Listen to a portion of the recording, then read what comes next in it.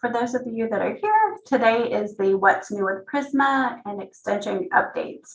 My name is Stephanie Henderson, and I'm the Nursing Liaison Librarian at the Medical Center Library, and I'm presenting today with my colleague, Lauren Robinson, the Medicine Liaison.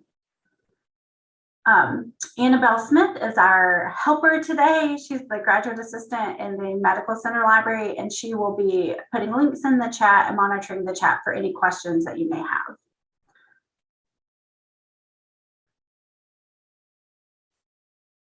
So we do have some other upcoming workshops this semester. Today is the PRISMA workshop, and then we have a couple of workshops in March about, again, more systematic review workshops, and then we have some digital publishing and data visualization workshops. So feel free to register for those using the link in the chat. Once we get through this presentation, this PowerPoint contains a lot of links. So it will be available after the presentation on the research workshop webpage, which is the webpage that's linked in the chat and linked right here. You can always go back to this page to visit any of the recordings that were done this semester, or you can view the past recordings page. There's a link on this research workshop page to past recordings. So if you are interested in systematic reviews, you can see some of the other workshops that we've done in previous semesters. Okay, so let's get started. So what is the PRISMA? Let me move there we go. Sorry, gotta move my notes are covered up.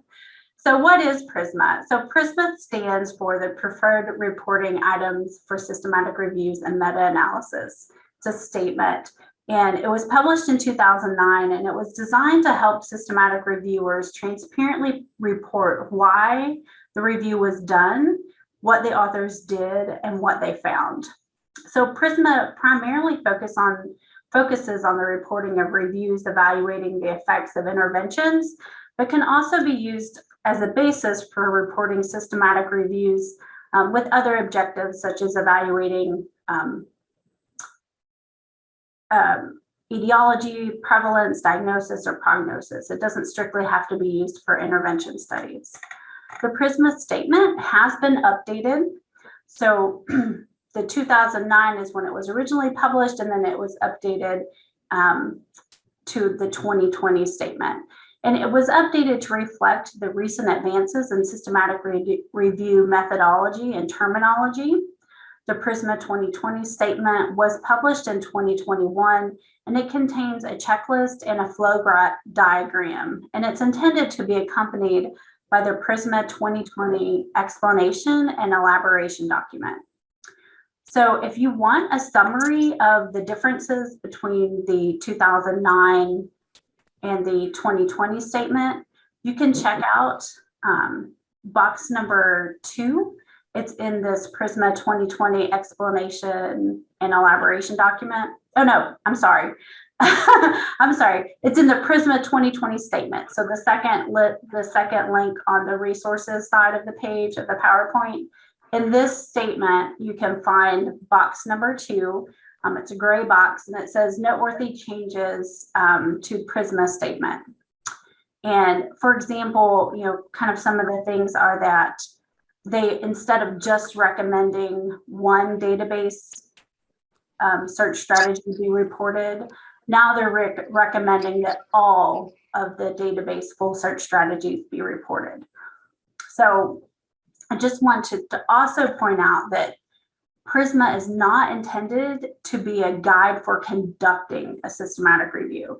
There are other resources available for that, such as the Cochrane Handbook for Systematic Reviews and the Institute of Medicine Standards for Systematic Reviews. This is just a reporting guideline, and it was used, it was created to address the poor quality and poor reporting of systematic reviews. It's been endorsed and used by many journals to increase the transparency and reproducibility and quality of systematic reviews. So that's just kind of a background on what PRISMA is. So today's agenda is we are going to go over the 2020 PRISMA checklist. We're also going to go over the 2020 PRISMA flow diagram, including there's a SHINYAPP for creating them an interactive flow diagram. And then we're going to go over three PRISMA extensions. So searching, scoping, and protocols. Okay. So I've titled this slide New-ish 2020 PRISMA checklist. So it's called the 2020 checklist, but it was actually published in 2021. And if you didn't work on a systematic review or a scoping review kind of during the time frame when it was being published and introduced, there was a couple of things going on in the world that you might have missed out on it. But if you're not familiar with it, there used to be the 2009 and now it's the 2020. So it's newish, we're in 2022, but I think some people might have missed out on it. So the 2020 statement comprises of a 27-item checklist, and it addresses the introduction, the methods, the results, and discussion sections of a systematic review report. So on this resources side of the page, you can check out the checklist. And then there's also an expanded checklist. So the expanded version compromises an abridged version of the reporting recommendations presented in the elaboration and explanation paper. And some of the references and examples are removed, but I'll show you what those two look like. The PRISMA checklist is available in a PDF file and in a Word file. So this is what the checklist looks like. And if you're familiar with the 2009 checklist, this will look very familiar to you.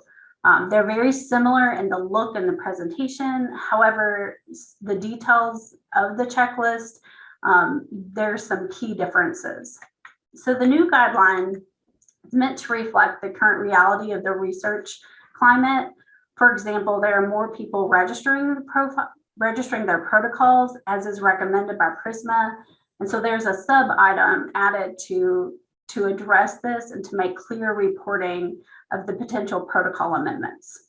There's also an inline, it's also in line with the open science movement. And there are sub items related to reporting the availability of data and statistical code. There's also kind of with more systematic reviews being done with automation tools, there's more explicit reporting that's recommended for this. And obviously there are a lot of what, librarians are interested in and what kind of our role is and how we can help is that there's a greater push towards transparency with the methods. So with recommendations to include full search strategies and the number of results for all of the information sources that are searched. And so this is in accordance with the PRISMA searching extension, which Lauren will talk about in a little bit. And it also will help.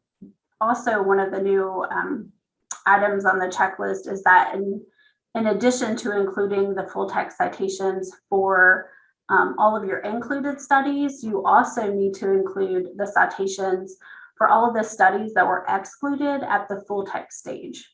So again, if you're not familiar with the 2020 checklist, you need to review it to make sure that you are using it and reporting your systematic review and writing your report according to the 2020 and not the 2009 checklist. So there are some differences and we want to make sure that you're aware of them. And then there's this is the expanded checklist. This is what it looks like. The expanded checklist will help, and this is new. They didn't have this in 2009. So what it does is it's presenting additional information to help you understand what you need to report and what needs to be included in your writing of your systematic review paper. So they've taken different pieces of the explanation and elaboration paper, and they've included it into this checklist. So If you're not familiar, you might want to start using the 2020 expanded checklist. And then once you become more familiar, you can just use the abridged checklist. Okay. So along with the PRISMA 2020 statement, there is the PRISMA 2020 checklist and the PRISMA 2020 flow diagram. So it depicts the flow of information through the different phases of a systematic review. So it maps out the number of records identified, included and excluded, and then the reasons for exclusion.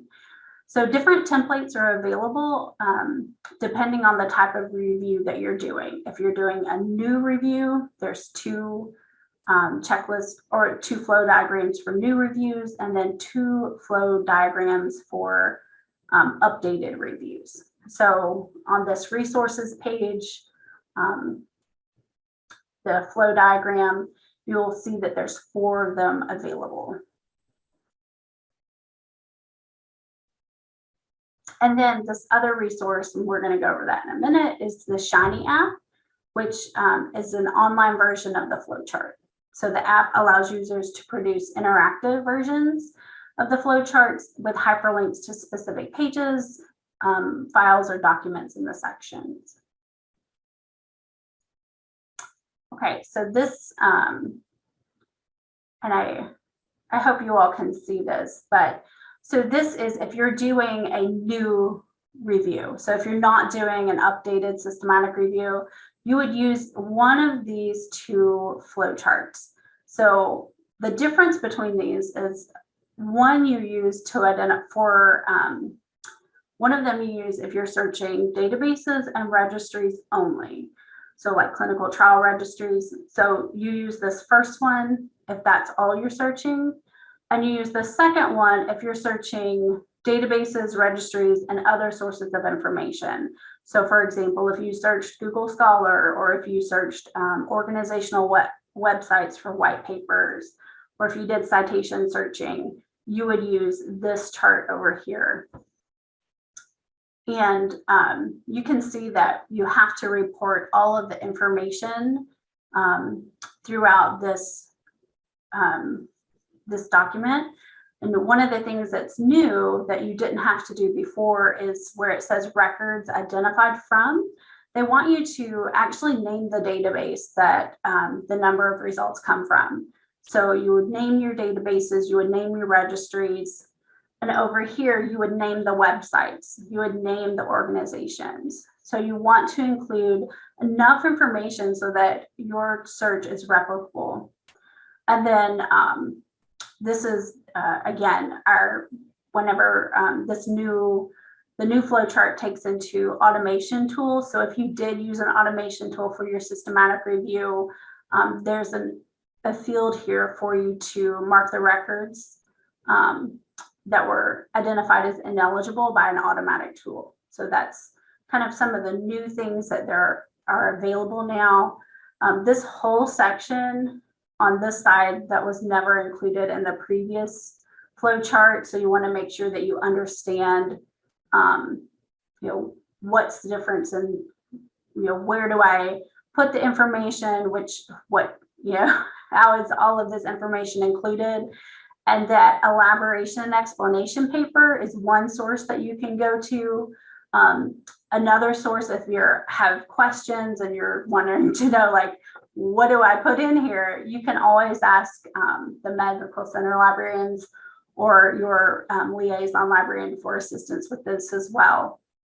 So the most important thing is that there's different chart options, and depending on what you're searching, you need to use the appropriate chart.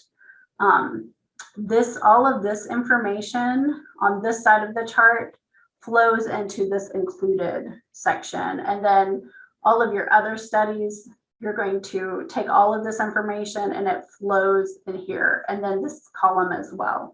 So it's a little bit confusing. It can kind of be confusing, and if you have never done it, or if it's your first time getting started, or even your first time using this new 2020 flow diagram, you want to make sure that you're reporting everything the way it should be. one of the things that is important is to show your exclusion reasons.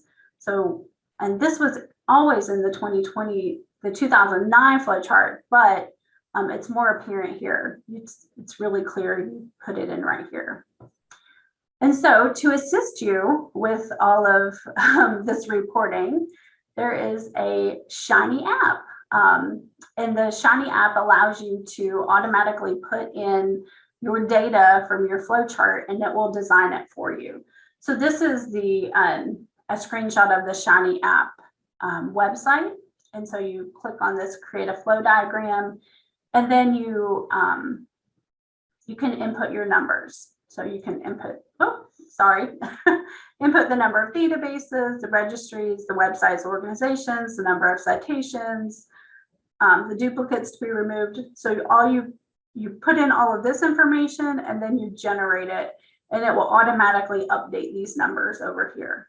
So I personally have never used the Shiny app before. I prefer just doing it manually, downloading the Word document and doing it manually. However, I've heard great things about it. So does anyone have any questions before we go on to the PRISMA extensions?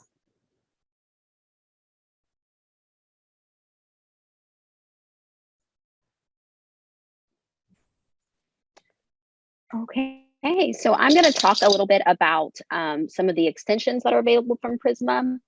So PRISMA extensions are guidance documents for various evidence syntheses topics. So these guidelines are published by experts in the field. And in particular, I will be highlighting the new searching extension, as well as the scoping review extension and protocol extension. Next slide, please. Thank you. So first up is the PRISMA searching extension. This extension was published in 2021.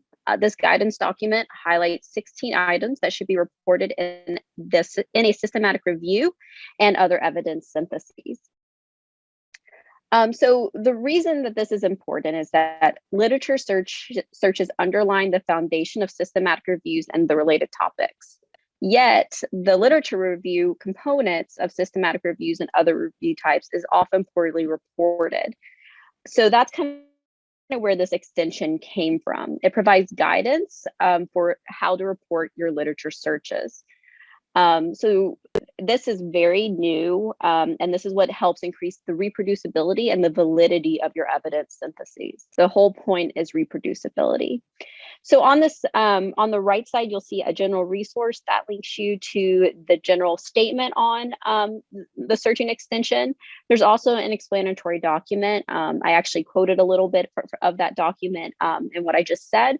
So I always recommend going to look at those just to learn more about the searching extension. And this whole extension was developed in conjunction with a survey and at a conference and a public review process. So it's very well informed. Next slide, please. So this is the checklist. And so these are all the things that need to be included. So Stephanie kind of mentioned this. You actually have to report now what databases you searched, and not just what database you searched, but what vendor it was, what the platform was, what the coverage is. And those are all things your librarian can help you with. And I actually have a resource that I will show you all in a minute that can help you with that, with the resources provided by UK Libraries. You also have to report what type of registries you're searching, what type of online resources you're searching, as well as how you are going to be doing citation searching. Some people call that hand searching, if you're more familiar with that. And then kind of where the really big difference is in the search strategies. They want the full strategy with all the different syntax, with the different subject headings, whatever might be different, they want to see that. They also want to know what filters you're using. So you can't just add in something that says like systematic review. I want to limit to systematic reviews. You can't do that in systematic reviews or any other type of evidence syntheses. You actually have to use a filter. These filters have published validity, and published sensitivity and specificity. So, and I actually have a resource I'll show you on the next page that has a really good listing of different filters and how they've been published on. Also, if there's any updates, so I just was working on one that we finished in 2020. It's taken a long time to get out. We're updating the search, so I need to report that information too, that we ran an update search, what date that was, if anything changed, things like that. Also, there is a big push for peer review in the search strategy process. So having librarians or other colleagues who are really familiar with the data, with the databases, is really important in this. And this is kind of the part that's new to us at the Med Center Library, and we've been talking about how that's going to impact us moving forward. You also have to report the total records as well as the deduplication, like what process you use, what software you used. If you use something like Covidence or EndNote or SR Accelerator or any other tools, you have to report that and cite those things. And this is what really makes the search reproducible. Next slide, please. So here's an example of some documentation that I've done. I have the query here. I have the database I searched. Not only did I search Medline, but I searched it using PubMed. You can search Medline with Ovid, Medline with Embase. And what's really important is to know where you search it, because each database speaks a little bit different language, and you have to know what that means when translating the searches. And you can kind of see that I have the results and the date it was run and any limits that I used or any filter that I used. And I actually usually have a citation piece at the bottom of this Excel document that actually cites the different resources and filters I used. Next slide, please. So here are those resources I was just talking about. There's the database coverages at UK table. The table is really useful. We try to update it yearly. It has all of the information about the databases that you can search here at UK, what the coverage is, what years are available. So please feel free to reach out and use that form, or reach out to one of the librarians. We'd be happy to help you. There's also this Google site. This is where I go to find validated filters. This is really maintained by really smart systematic review librarians. So I really recommend using the filters from this page. And then again, talking about that peer review process, there's something called the PRESS checklist. And that is something you can use to evaluate your searches. It's often used by librarians to do so. Next slide, please. So next up is the PRISMA for Protocols extension. So this was published in 2015 and it aimed to facilitate the development and reporting of systematic review protocols. There's not always a protocol for every systematic review. And if you're doing any type of systematic review, you should be developing a protocol that describes the rationale, your hypothesis, how you're going to be selecting your data, analyzing it, any methods you're going to use.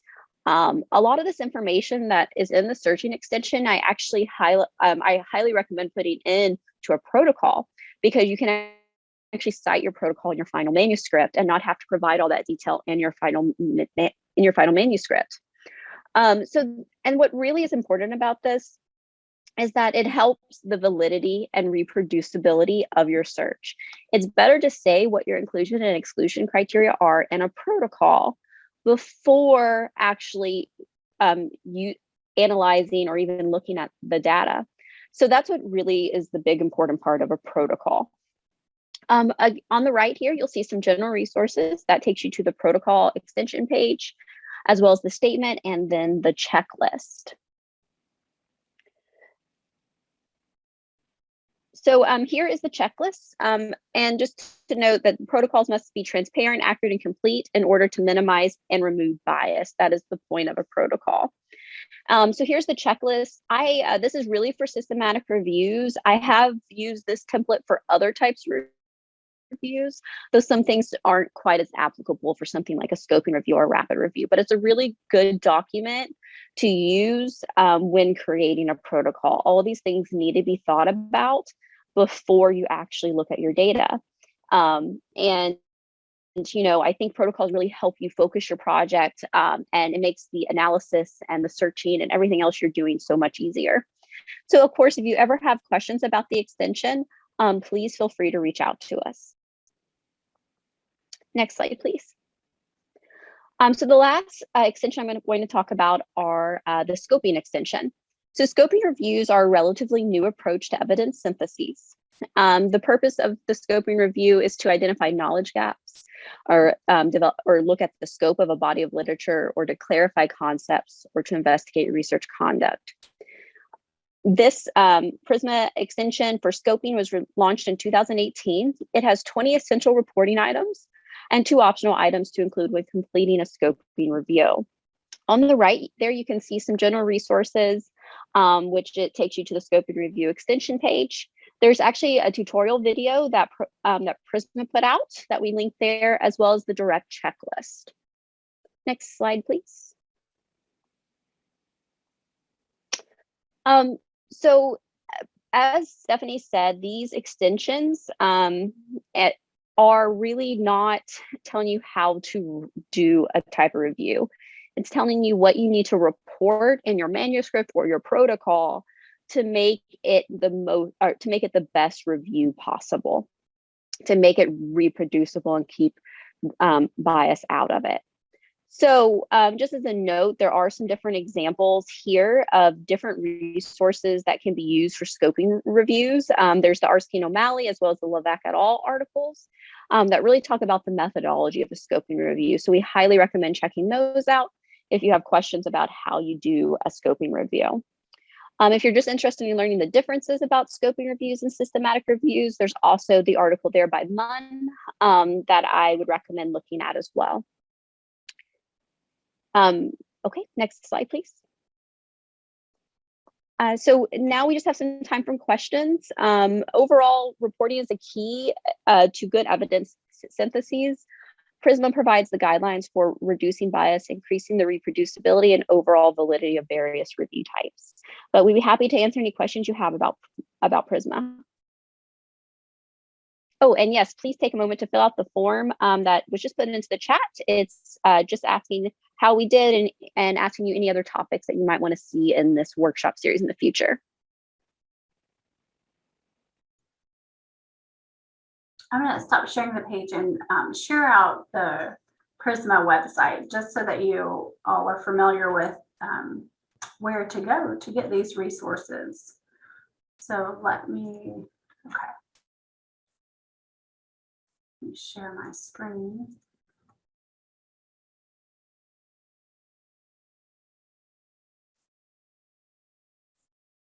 Okay, so this is the PRISMA website. Here is the PRISMA checklist, the 2020 flow diagram, the statement, and the explanation and elaboration. So these are all the key documents. And then under extensions, here's where you can find all the extensions. So PRISMA for searching, PRISMA for scoping reviews, and PRISMA for protocols are the 3 that we talked about today. There are some other ones. Let me just go to the PRISMA statement and click on that flow diagram. These are the 4 options that you have available. I just want to make sure that everyone understands that if you're doing a new systematic review, you use either one of these 2. And then if you're doing an updated review, these 2. And then this is the link for the SHINYAPP, which you can use as well to create that interactive flow diagram. And again, we will have the PowerPoint made available for you all, so that you can use some of those really great links that we put in the PowerPoint presentation.